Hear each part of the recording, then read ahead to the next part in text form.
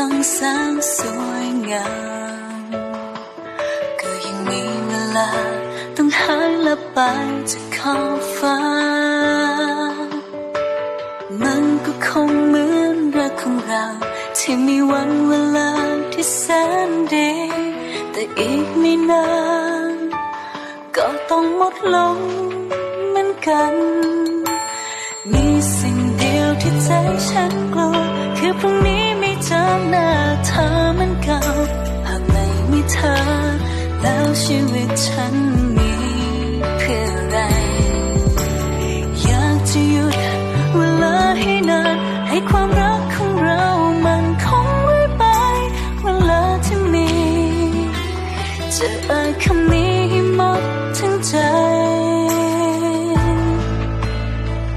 อยากบอกว่ารักเธอ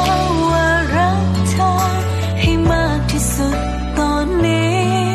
อยากใช้ทุกเวลาทุกวินาทีอยู่ข้างเธอให้นานเพื่อบอกว่ารักเธอว่ารักเธอจนทั้งวันต้องจากกัน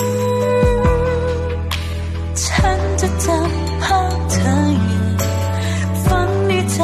เก็บไว้ไม่เคยจะลื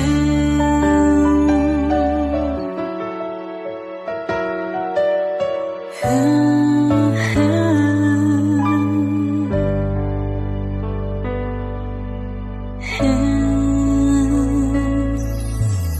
อคนเดียวที่เดินเข้ามาเห็นหัวใจเป็นตะวันที่ส่องนำแสงเข้ามาที่ใจฉันความทรงจำที่ดีที่สุดอยากจะมีมันไปอีกแสนนาน